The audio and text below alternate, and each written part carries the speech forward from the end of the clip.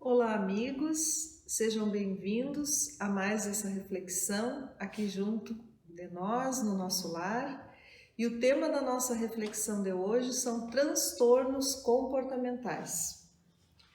Bem, para tratarmos do tema, primeiro nós vamos falar sobre um caso relatado nessa obra do médico Jaider Rodrigues de Paula. O livro se chama Saúde Mental, Relatos do Dia a Dia de um Psiquiatra Espírita. Então, o seu Jaider, ele é um psiquiatra, um psicoterapeuta de Belo Horizonte e que trabalha num hospital espírita que trata tanto cientificamente quanto espiritualmente os pacientes. Pacientes todos ligados a transtornos psiquiátricos, com obsessões simples, profundas, subjugações, casos de mediunidade perturbada, depressões, psicoses e outros temas ligados à psiquiatria. E esse caso relatado na obra é muito interessante. É de um paciente que desde os 9 anos de idade ele sofre de esquizofrenia hebefrênica. Diz que é o pior prognóstico de esquizofrenia que existe. Esse paciente, desde os 9 anos com essa problemática, tem uma mãe também com problema psiquiátrico crônico e um irmão, apenas um irmão. A mãe está internada em Barbacena, Minas Gerais, e esse rapaz, enquanto esteve na escola, sofreu muito, em razão da sua doença. Ele fazia desenhos de guerra, fazia comentários e falas sobre guerras, cientistas, falava sobre fórmulas químicas, e os colegas e os professores não entendiam, achavam tudo aquilo muito interessante, mas não o entendiam. Até que, com o passar dos anos, foi necessária a sua internação. Ele foi perdendo a tenacidade, ele tornou o seu pensamento completamente sem nexo, ficava deambulando de um lado para o outro,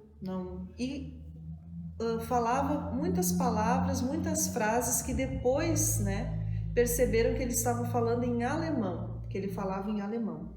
Então ele foi internado nesse hospital espírita chamado André Luiz, um hospital que trata, tanto da parte científica, ou seja, com os médicos e com a medicina ortodoxa, a medicina normal, e também tratado do lado espiritual. O que acontece? Acontece que no decorrer do tratamento, muitos estagiários, de várias áreas, tanto da fisioterapia, quanto psicologia, terapia ocupacional, passaram a visitar e acompanhar esse paciente, porque ele representava um desafio, um dos pacientes cujo tratamento era mais prolongado, que requeria maiores esforços e atenção de todo o grupo, de toda a equipe clínica que eu tratava, assim como da mediunidade. E passaram então a promover, a incentivar que ele desenhasse tudo aquilo que lhe viesse à mente. E a partir de então, esse paciente, que na infância falava muito sobre guerras, sobre conflitos, sobre fórmulas químicas, tudo desconectado, passou a fazer desenhos de estrelas, desenhos de suásticas, passou a desenhar fórmulas químicas e a escrever nomes de generais e de comandantes que depois, foram feitas pesquisas e descobriu-se que essas pessoas realmente existiram e que eram pessoas ligadas a Hitler, Com o tempo, esses estagiários começaram então, a fazer mais pesquisas, e quando ele tinha estados de lucidez mental, ele contava histórias, pequenos relatos de acontecimentos ligados a essa época do nazismo. E ele falava assim: tem estrela, tem patente, tem poder. Quero ficar lá com Hermann Göring, fazendo as minhas cirurgias, quero sair dessa desgraça aqui. Um dia ele escreveu o nome de Hitler num papel e disse assim: "Este mandava em tudo, eu o conheci".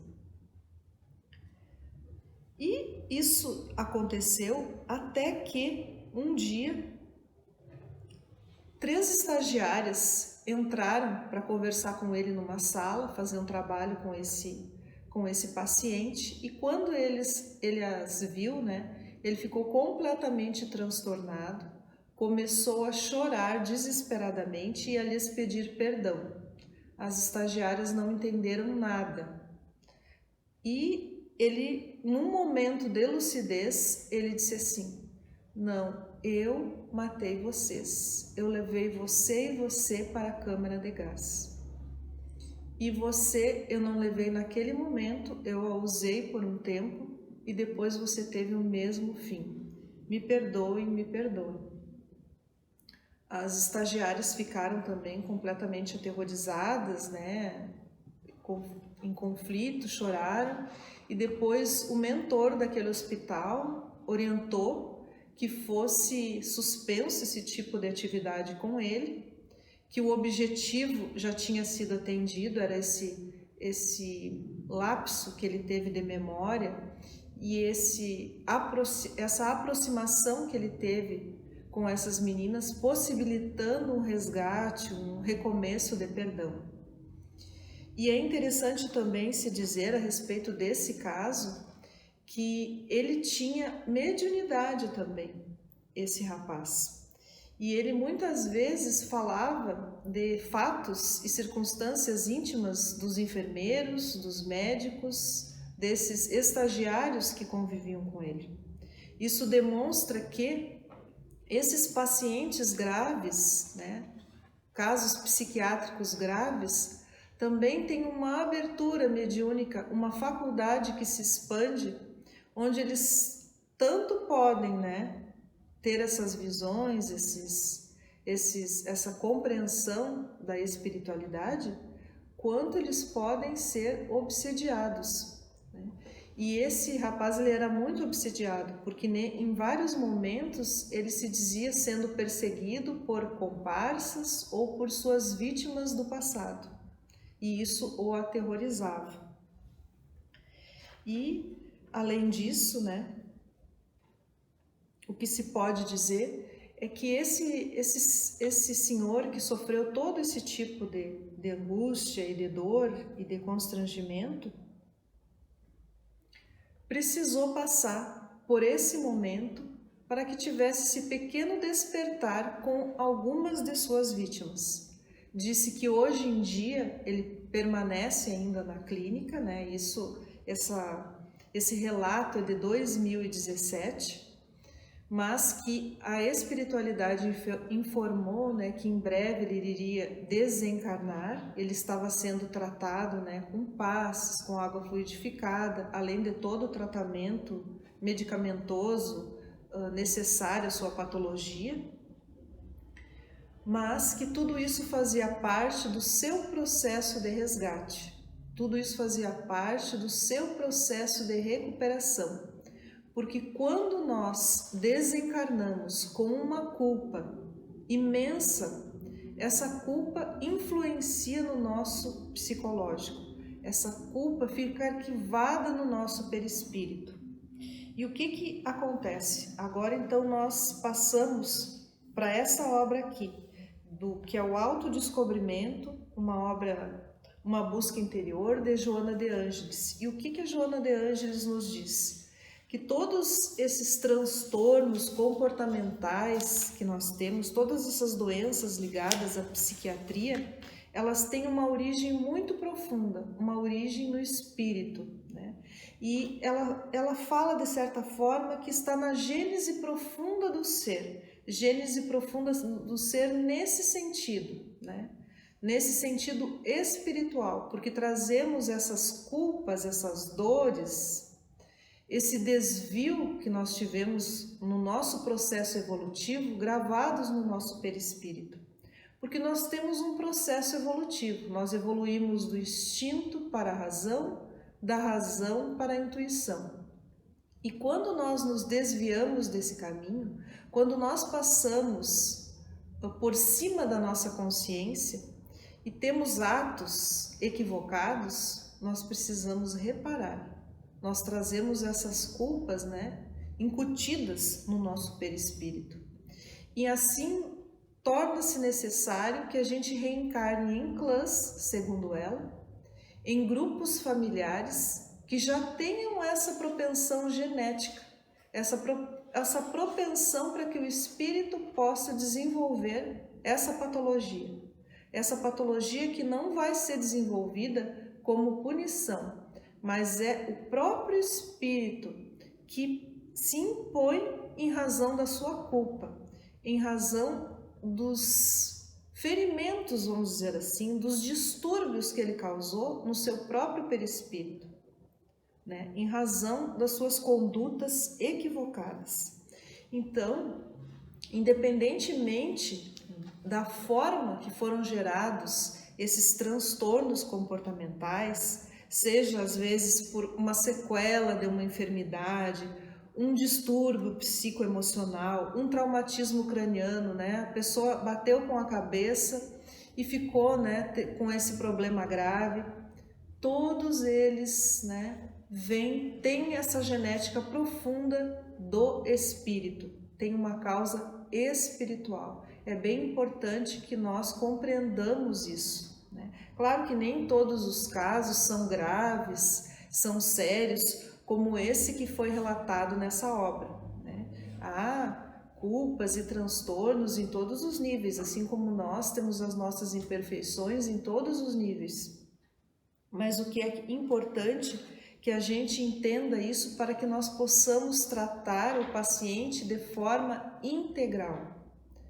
O que significa tratar de forma integral? Usar todos os meios disponíveis pela ciência, que o Espiritismo, Joana de Ângeles nos fala que isso é fundamental, ou seja, o tratamento médico, psiquiátrico, psicológico, todas as terapias disponíveis e, muito importante, o tratamento espiritual do doente. Muito importante o passe, a água fluidificada. E se muitas vezes não temos condições de que o paciente tome um passe ou que seja levado o passe até ele, até mesmo a água fluidificada, o evangelho no lar, o evangelho das pessoas que convivem, que têm a oportunidade de estar próximo, porque esses pacientes são muito suscetíveis aos espíritos obsessores. Os espíritos obsessores causam mais problemas ainda, porque eles descarregam cargas mentais que provocam a liberação excessiva de substâncias no cérebro do obsediado, aumentando o seu problema ou fazendo o contrário, diminuindo a produção de substâncias cerebrais necessárias por meio dessas descargas mentais, prejudicando muito mais a saúde dos pacientes. E Joana de Ângeles confirma muito do que foi dito nesse caso desse paciente, porque ela nos diz que no momento do sono, esses pacientes encontram com seus desafetos, ou com aqueles que foram seus cúmplices no passado, ou suas vítimas, e que isso os perturba muito. Isso muitas vezes aumenta os seus problemas, trazendo pânico, fobia, dificuldade de dormir, porque eles querem fugir dessa situação. E também ela nos relata desta ampliação da consciência, das comportas da percepção que se abrem nesses seres, e faz com que eles tenham mensagens telepáticas de obsessores. E isso os prejudica também muito mais, tornando-os mais vulneráveis, aumentando a sua dor e o seu sofrimento. Então, a importância da religiosidade, da oração, da água fluidificada, do evangelho no lar é fundamental, porque nesse momento nós estamos tratando tanto os espíritos obsessores quanto o paciente que precisa dessa recuperação. E sem falar, e não falando apenas desses casos graves, desses casos sérios que são relatados, ou como desse caso desse senhor que ficou internado nesse hospital, André Luiz, tem outros casos mais leves em que Joana de Ângeles, nos faz uma série de recomendações. Quando nós ainda temos o nosso controle mental, quando nós ainda somos pessoas que temos discernimento, ou seja, eu estou apenas com uma depressão, com uma fobia, com uma síndrome do pânico, crise de ansiedade, são todos problemas menos graves. E o que ela nos recomenda? Cuidar muito do nosso pensamento. Joana de Ângeles nos propõe que mantemos o nosso pensamento elevado, que a gente tenha, a oração sempre presente, o evangelho no lar fundamental. O pensamento edificante, as atitudes, as conversas, as companhias, ela nos fala inclusive muito das nossas companhias, das conversas edificantes, que busquemos, objetivos na nossa vida, que procuremos o nosso propósito na nossa existência, que valorizemos a nossa encarnação, apesar de todas as dificuldades. Ela nos fala muito de termos objetivos e metas definidos, que o mundo está evoluindo muito rápido, que a cada 4 anos a evolução duplica e que, passando mais um século, a cada 20 meses a evolução duplicará. Ou seja, os avanços tecnológicos e científicos aumentam com uma proporção muito maior da nossa capacidade de assimilação. Então nós precisamos nos reciclar, nós precisamos acompanhar esse movimento, ela nos pede isso. Ela nos diz que nós temos que ter metas pessoais, metas profissionais, metas artísticas, metas espirituais, que nós precisamos ter objetivos e sonhos na nossa vida e buscar isso para nos desenvolvermos como seres espirituais e como seres materiais aqui nesse mundo material, intelectual e moralmente. Nós precisamos desenvolver essas 2 asas para que possamos voar.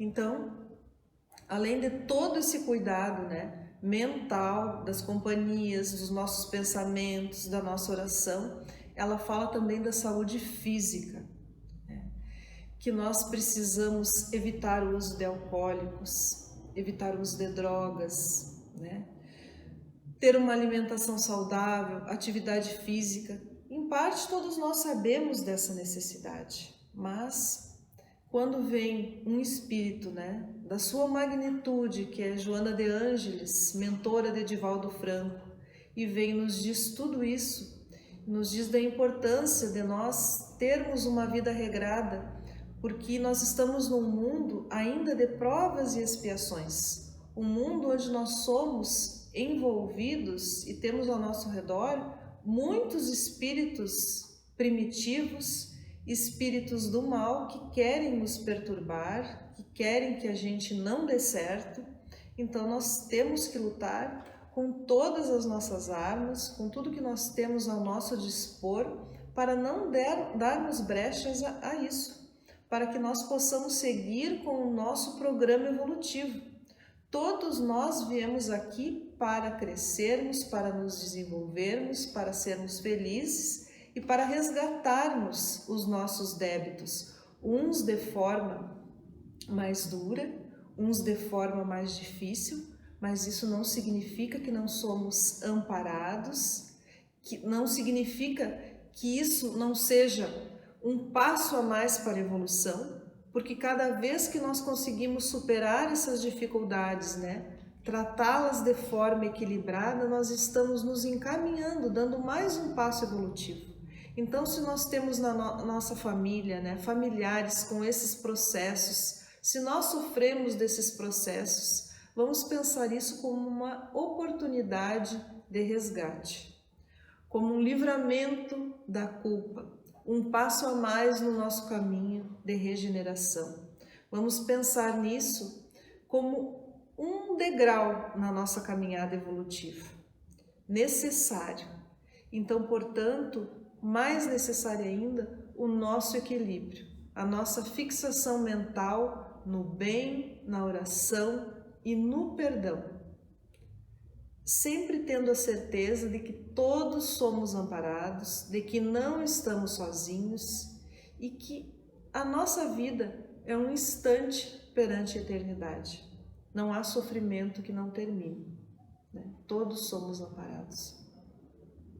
E para encerrar então, elevemos o nosso pensamento a Jesus, nosso Mestre, aos nossos mentores, ao mentor das nossas famílias, e vamos pedir que Jesus nos ilumine, nos ampare, e ampare principalmente todas as famílias que possuem portadores de transtornos comportamentais, psicoses, depressões, esquizofrenia, autismo. Que o Senhor os proteja, que o Senhor os ampare, que não falte as bênçãos do alto, bem como coragem, resignação e principalmente o Evangelho no lar, a terapia do amor, do entendimento. Que Jesus nos proteja, nos abençoe, nos ilumine, agora e sempre. Que assim seja.